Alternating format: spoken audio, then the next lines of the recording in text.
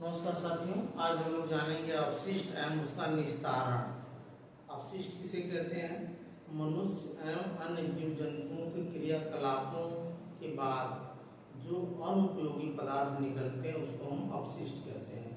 अपशिष्ट कितने प्रकार का होता है? वैसे तो अपशिष्ट मुख्य रूप से 3 प्रकार का होता है: ठोस अपशिष्ट, द्रव अपशिष्ट और गैस अपशिष्ट। लेकिन इलेक्ट्रॉनिक कचरा, जिसको अपशिष्ट को कचरा भी कहते हैं, इलेक्ट्रॉनिक कचरा हो गया, औद्योगिक कचरा हो गया और चिकित्सकीय कचरा हो गया, जो वहाँ के स्थानों से जो अनुपयोगी पदार्थ निकलते हैं उसको हम अपशिष्ट या कचरा कहते हैं। तो ठोस कचरा भी 2 तरीके का होता है, एक जो सड़ जाता है और एक जो है नहीं सड़ता है। तो ठोस कचरा में कौन कौन सी चीज़ आती हैं? जैसे आप देखेंगे फल एवं सब्जी के छिलके हो गए और शीशे के टूटे फूटे पार्ट हो गए और बर्तन के टूटे फूटे पार्ट हो गए, प्लास्टिक के टुकड़े हो गए, कारखानों की राख एवं घरों में खाना बनाने के बाद जो राख निकलती वो हो गए, खेत खलिहान से निकलने वाला जो फसल के डंठल होते हैं, भूसे होते हैं, वो हो गए, कहीं कोई फैक्ट्री या कोई घर मकान टूट रहा है तो उससे निकलने वाले खराब जो ईंटें हो गए, सीमेंट के टुकड़े हो गए और सरिया के टुकड़े हो गए, ये सब आपके ठोस अपशिष्ट के अंतर्गत आते हैं। अब गैस अपशिष्ट के अंतर्गत कौन कौन से आते हैं? द्रव अपशिष्ट। द्रव अपशिष्ट के अंतर्गत कौन कौन से आते हैं? नालियों एवं सीवरों से निकलने वाला गंदा पानी हो गया, उसके बाद जो कल कारखाने जैसे चमड़ा उद्योग हो गया, विद्युत थर्मल पावर जो प्लांट होते हैं और उसके बाद उर्वरक उद्योग हो गया, सीमेंट उद्योग हो गया, यहाँ से निकलने वाला गंदा पानी, विषैला पानी जो है ये आपके और शौचालय से निकलने वाला, हम नहाते हैं, कपड़ा धोते हैं, घर में खाना बनाते समय किचन से जो पानी निकलता है ये प्रदूषित पानी होता है, ये सब जो है आपके द्रव अपशिष्ट के अंतर्गत आते हैं। और उसके बाद गैस अपशिष्ट के अंतर्गत जो भी आप देखेंगे जैसे लकड़ी या कोयले के जलने के बाद जो धुआं निकलता है वो हो गया, उसके बाद जो है आपके कल कारखानों से निकलने वाला धुआं हो गया, फिर कूड़ा कचरा, जीव जंतुओं की सड़ने से जो दुर्गंध निकलती है वो भी आपके गैस में मिल जाती है, तो वो भी हो गया। चूल्हा, अंगीठी, बीड़ी, सिगरेट, ये सब जो जलता है इससे भी, और वाहनों से निकलने वाले जो धुएं होते हैं वो भी गैसीय अपशिष्ट, कार्बन डाइऑक्साइड या कार्बन मोनोऑक्साइड गैसें जो हो गई, ये सल्फर डाइऑक्साइड गैसें, ये भी आपके गैस अपशिष्ट के अंतर्गत आते हैं। अब उसके बाद जो है ई कचरा, इलेक्ट्रॉनिक कचरा में देखेंगे जैसे खराब मोबाइल हो गया, लैपटॉप हो गया और टैबलेट के पार्ट टुकड़े हो गए, या अधिक से अधिक तो आप देखेंगे कि सबसे ज़्यादा मोबाइल खराब सबके घरों में मिलेगी, एक तरीके से मोबाइल का बहुत ज़्यादा जो है इन्हीं इलेक्ट्रॉनिक कचरा में मोबाइल सबसे ज़्यादा मिलेगी। फिर उसके बाद आपका टीवी हो गया, एसी हो गया, फ्रिज हो गया, सीडी हो गया, वॉशिंग मशीन हो गई और उसके बाद जो है खराब बैटरी हो गई, जितनी भी इलेक्ट्रॉनिक चीज़ें हैं वो सब आपके ई कचरे यानी इलेक्ट्रॉनिक कचरे के अंतर्गत आएंगी। फिर उसके बाद कृषि से हम देखेंगे कि जो कृषि के क्षेत्र में जैसे जब फसलों की जो डंठल होते हैं उनसे निकलने वाला भूसा हो गया, फसलों की पत्तियां हो गई और भूसी हो गई, ये सब आपके कृषि क्षेत्र के कृषि के कचरे के अंतर्गत आती हैं। हालांकि इसका यूज हो जाता है, जैसे कंपोस्ट खाद बना करके या जो है उसका उपयोग करके पशुओं को खिलाने पिलाने के चारा के रूप में प्रयोग हो जाता है, तो इसका प्रयोग हो जाता है। जहाँ जो सड़ जाती हैं वही जो है किसी उपयोग में नहीं आती है तो उसको हम कचरा कहते हैं। औद्योगिक कचरा, मिल एवं कारखानों से निकलने वाला औद्योगिक कचरा, स्लाटर हाउस कसाई घर से निकलने वाला जो कचरा होता है, सीमेंट उद्योग से, चमड़ा उद्योग से, पेपर मिल, टेक्सटाइल से, स्टील थर्मल प्लांट से, पुरानी इमारत के टूटने फूटने से, ये सब औद्योगिक कचरे के अंतर्गत आते हैं। फिर चिकित्सकीय कचरा में जो है पट्टी हो गई, बैंडेज हो गया, बॉटल हो गया और उसके बाद खराब डिब्बे हो गए, सुई हो गई और सिरिंज हो गया, ये सब आपके चिकित्सकीय कचरे के अंतर्गत आते हैं। फिर इसी जो आपके अपशिष्ट के अंतर्गत भोपाल गैस त्रस्ती का नाम आपको आता है। 1984 में दिसंबर के महीने में भोपाल में गैस रिसीव हो गई थी, जो है मिथिल आइसोसाइनाइड गैस जो है रिसीव में मिथिल आइसोसाइनाइड जिसको मिक गैस भी कहा जाता है।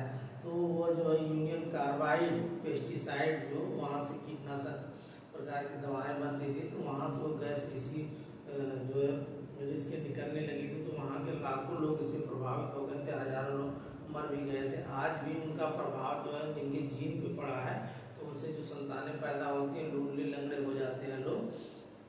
तो इस तरीके से वहाँ के लिए जो है पूछा जाता है कि किन लोगों पे सबसे ज़्यादा असर हुआ था। तो जो प्रेग्नेंट औरतें थी उन पे इनका असर ज़्यादा हुआ था। किन लोगों पे सबसे कम प्रभाव हुआ था, तो जो शराब पीने वाले शराबी थे उन पे इनका असर सबसे कम हुआ था। कीटनाशक दवाएं देखें DDT जो होती है उसका प्रयोग कम कर दिया है, क्योंकि ये अभी हमारे जैसे किसी हम फसल में छिड़काव किए और उसके बाद फसल के साथ जो है जैसे गेहूँ आटा खाते हैं या चावल खाते हैं, तो उस पर प्रभाव पड़ के फिर हमारे ये शरीर में भी चले जाते थे, तो ये जो है तंत्रिका तंत्र को प्रभावित करते थे। और एक मिनीमाटा रोग जापान में 1995 में सिल्को फैक्ट्री से जो है पारा पूछता है कि मिनीमाटा रोग किससे होता है, तो पारा से होता है। उस पारा उसमें खाड़ी में जो है मिनीमाटा नामक खाड़ी थी, उस खाड़ी में जो है उसको औद्योगिक फैक्ट्री से जो है उसमें डाल दिया गया और वहाँ की मछलियों ने उसको खाया। और उसको खाने के बाद जब कुछ लोग उसको खाए तो उनके तंत्रिका तंत्र प्रभावित हुई, उनके फेफड़े प्रभावित हुए, उनके पाचन तंत्र प्रभावित हुए, तो इसी को मिनीमाटा रोग कहते हैं। अब हम जानेंगे कि जो अपशिष्ट का निस्तारण कैसे होता है, कैसे अपशिष्ट का निस्तारण होता है। तो अपशिष्ट का निस्तारण जानने के लिए एक आता है कि 4R, यानी 4R आप देखेंगे ये होता है जैसे 4R। अब इसके बाद एक R1, यहाँ R1, यहाँ R2, यहाँ R3, यहाँ R4। R1 रिफ्यूज, रिफ्यूज का मतलब मना करना, और R2 रिड्यूज,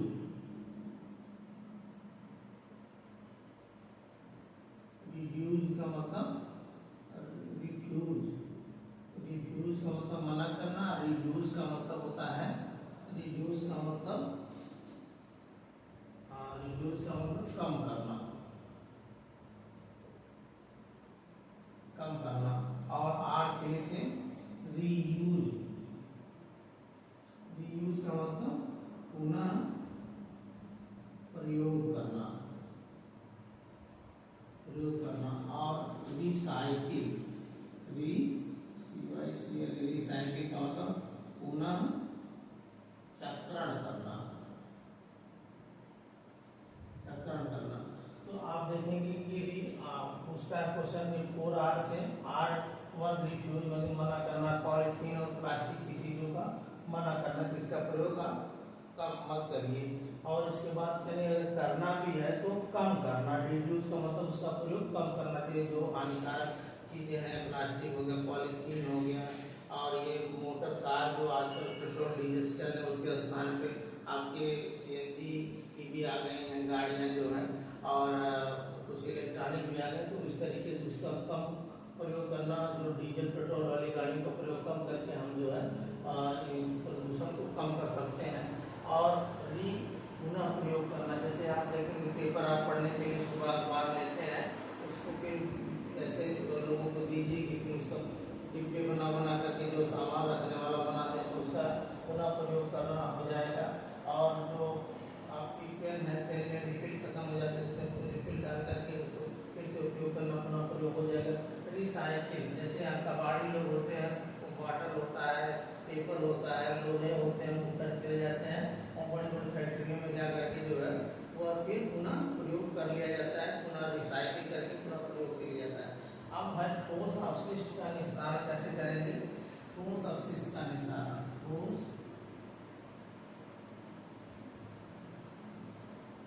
अपशिष्ट का निस्तारण, ठोस अपशिष्ट का निस्तारण इसमें आता है कि 2 प्रकार के जो है ये आपके डिब्बे होते हैं। एक डिब्बा जो है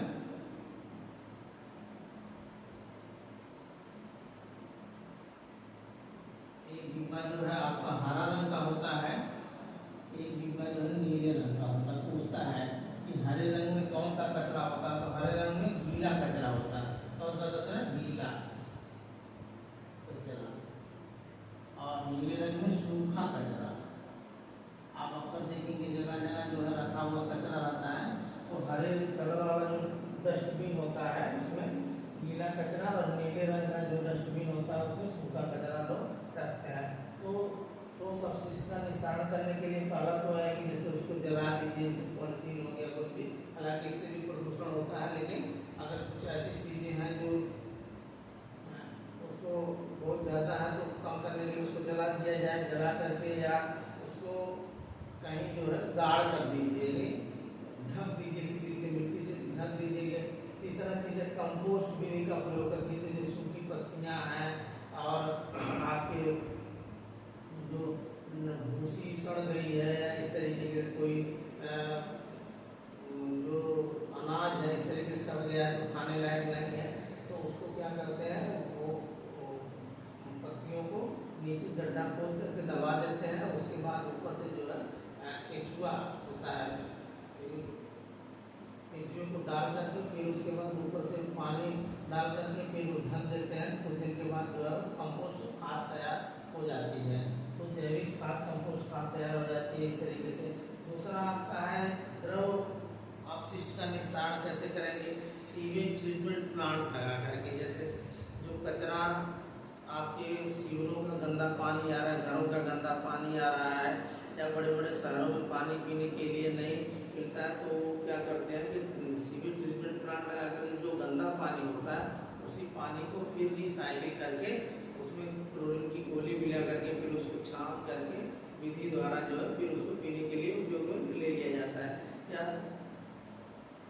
सोकपिट भी बनाते हैं। सोकपिट के बारे में पूछता कैसे बनाते हैं, घर से कुछ दूरी पे जा करके आप क्या करेंगे, गड्ढा खोद लीजिए, गड्ढा खोद करके कम से कम 10 फीट या 15 फीट गड्ढा खोदिए और 10 बाई 10 का कम से कम हो, और उसके बाद उसमें ईंटे के टुकड़े, पत्थर के टुकड़े, खपराइल के टुकड़े डाल दीजिए नीचे।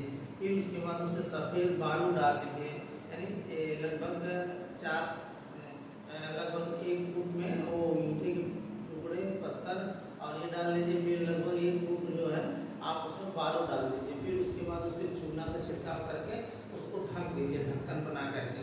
फिर अपने घर की जो नाली होती है, जो पाइप द्वारा आपके किचन का जो गंदा पानी होता है, शौचालय का जो गंदा पानी होता है, या इस तरीके का जो आपके कोई कल कारखाना लगाया उसका गंदा पानी होता है, अगर वहाँ जाना तो उसको सोकपिट में लगा दीजिए, वो सोखता रहेगा और वो नीचे जब जाएगा तो वहाँ से छन करके जाएगा, जो गंदगी होगी ऊपर सड़ती रहेगी और आपका पानी जो है अंदर का गंदा नहीं होगा, सही रहेगा। इसी को कहते हैं सोकपिट।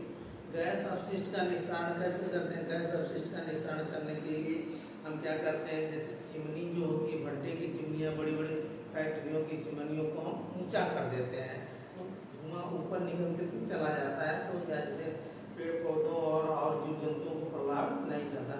धूम्र अवक्षेपक लगा करके, जैसे आप देखेंगे गाड़ियों में जो प्रदूषण जांच केंद्र का वो लगता है, तो उसके बाद पता चल जाता है कि आपकी गाड़ी कितना धुआं दे रही है, कितना धूम नहीं।